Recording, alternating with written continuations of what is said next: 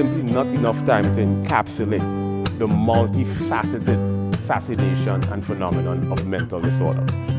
So let's dive into specifically what exactly is bipolar. You have different sorts of bipolar. You have bipolar 1, which is manic episodes. You have bipolar 2, which is hypomania.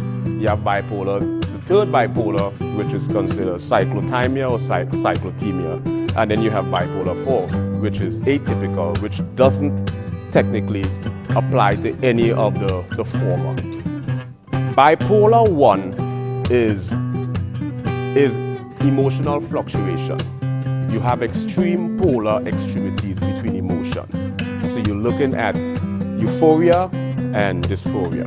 There's a sort of disparity between emotional states, and these emotional states are extremities. This is bipolar 1 manic episode.